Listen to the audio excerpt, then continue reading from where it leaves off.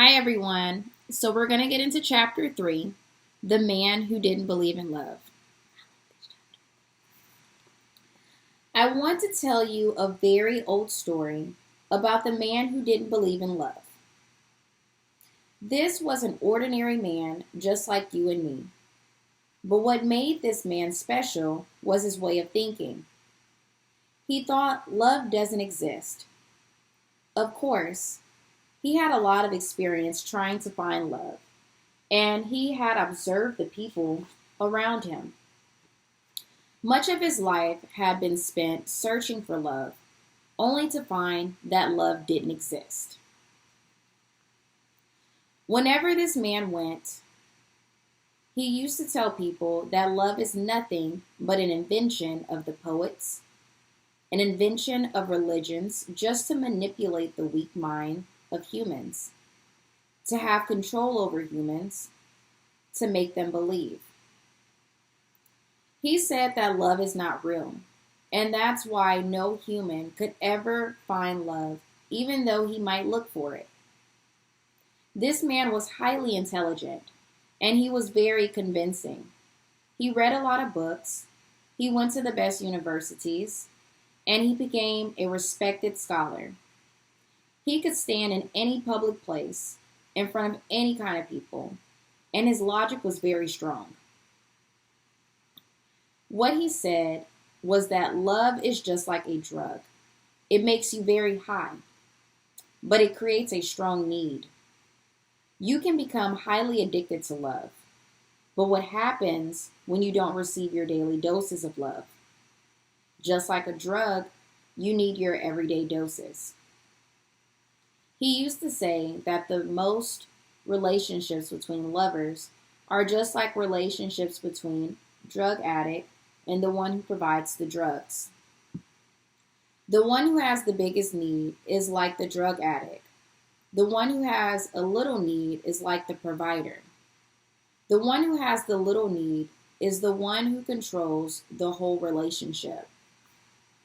You can see this dynamic so clearly because usually in every relationship, there is one who loves the most and the other who doesn't love, who only takes advantage of the one who gives his or her heart. You can see the way they manipulate each other, their actions and reactions, and they are just like the provider, the drug addict. The drug addict, the one who has the biggest need, lives in constant fear that perhaps he will not be able to get the next dosage of love or the drug. The drug addict thinks, what am I going to do if she leaves me? That fear makes the drug addict very possessive. That's mine. The addict becomes jealous and demanding because the fear of not having the next dosage. The provider can control and manipulate the one who needs the drug by giving more doses, fewer doses, or no doses at all. The one who has the biggest need completely surrenders and will do whatever he can to avoid being abandoned. The man went on explaining to everyone why love doesn't exist. What humans call love is nothing but a fear relationship based on control. Where's the respect? Where is the love they claim to have? There is no love. Young couples in front of the representation of God, in front of their family and friends, make a lot of promises to each other, to live together forever, to love and respect each other, to be there for each other, through the good times and the bad times. They promise to love and honor each other, and make promises and more promises. What is amazing is that they really believe these promises. But after the marriage, 1 week later, a month later, a few months later, you can see that none of those promises are kept. What you find is war control to see who will manipulate whom. Who will be the provider? Who will have the addiction? You find that a few months later, the respect they swear to have for each other is gone. You can see the resentment, the emotional poison, how they hurt each other, little by little. And it grows and grows until they don't know when the love stops. They stay together because they are afraid to be alone, afraid of the opinions and judgments of others, and also afraid of their own judgments and opinions. But where is the love? He used to claim that he saw many old couples that had lived together 30 years, 40 years, 50 years, and they were so proud to have lived together all those years. But when they talked about their relationship, what they said was, "We survived the matrimony." That means one of them surrendered to the other at a certain time. She gave up and decided to endure the suffering. The one with the strongest will and less need won the war. But where is the flame they call love? They treat each other like a possession. She is mine. He is mine. The man went on and on about all the reasons why he believed love didn't exist. And he told others, "I have done all that already. I will no longer allow anyone to manipulate my mind and control my life in the name of love." His arguments were quite logical, and he convinced many people by all his words. Love doesn't exist. Then one day, this man was walking in a park, and there on a bench was a beautiful lady who was crying. When he saw her crying, he felt curiosity. Sitting beside her, he asked if he could help her. He asked why she was crying. You can imagine his surprise when she told him she was crying because love doesn't exist. He said, "This is amazing. A woman who believes that love doesn't exist?" Of course, he wanted to know more about her. "Why don't you say love doesn't exist?" he asked. "Well, it's a long story," she replied. "I married when I was very young, with all love, all the illusions, full of hope that I would share my life with this man. We swore to each other our loyalty, respect, and honor, and we created a family. But soon everything changed.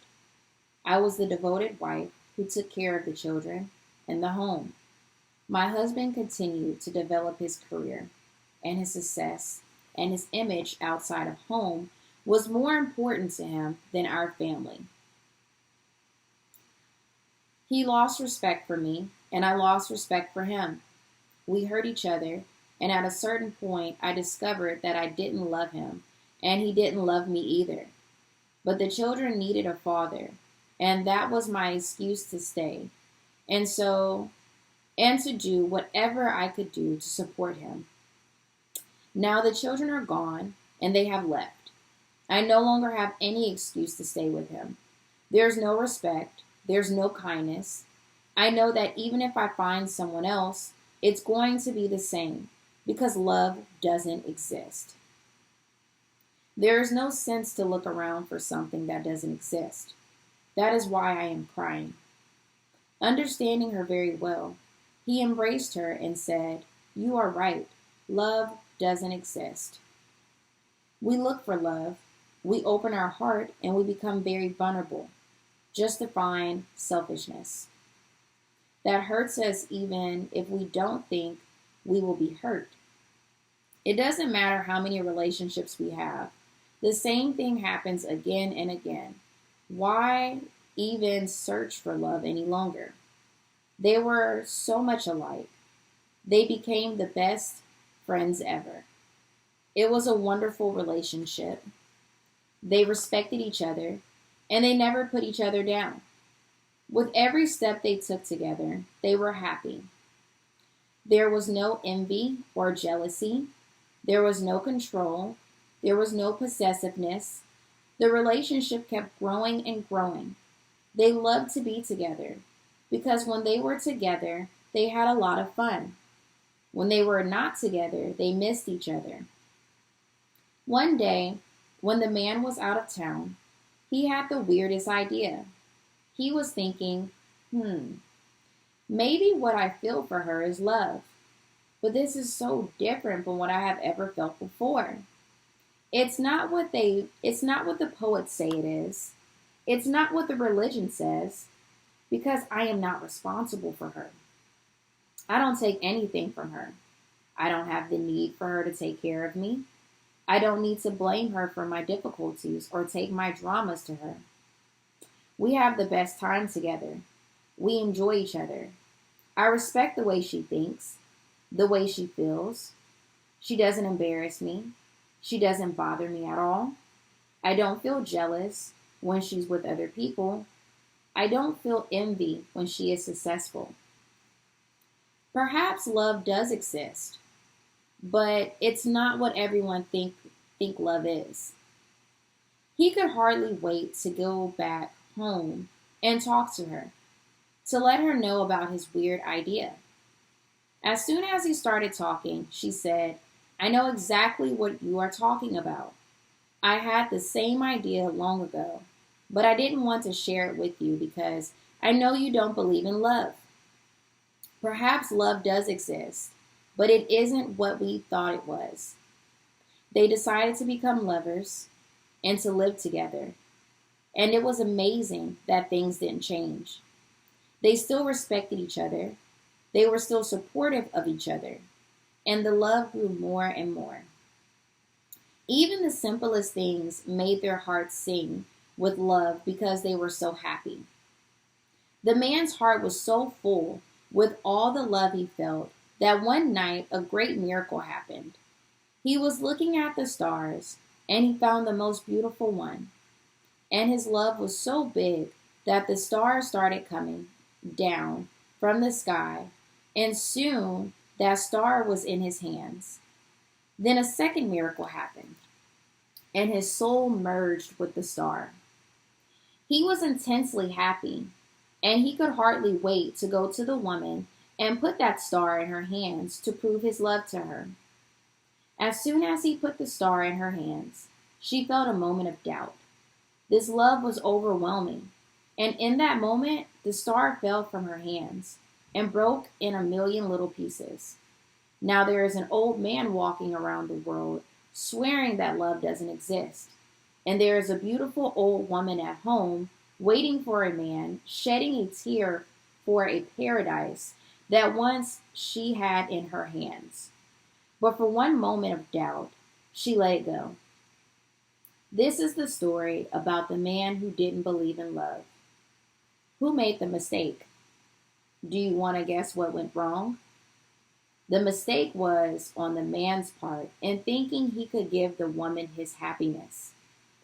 The star was his happiness, and his mistake was to put his happiness in her hands. Happiness never comes from outside of us. He was happy because of the love coming out of him. She was happy because of the love coming out of her. But as soon as he made her responsible for his happiness, she broke the star because she could not be responsible for his happiness. No matter how much the woman loved him, she could never make him happy because she could never know what he had in mind. She could never know what his expectations were because she could not know his dreams. If you take your happiness and put it in someone else's hands, sooner or later she is going to break it. If you give your happiness to someone else, she can always take it away. Then, if happiness can only come from inside of you and is the result of your love, you are responsible for your happiness. We can never make anyone responsible for our own happiness. But when we go to the church to get married, the first thing we do is exchange rings. We put our star in each other's hands, expecting that she is going to make you happy and you are going to make her happy. It doesn't matter how much you love someone. You are never going to be what that person wants you to be. That is the mistake most of us make right from the beginning. We base our happiness on our partner, and it doesn't work that way. We make all those promises that we cannot keep, and we set ourselves up to fail. And that was the end of chapter 3.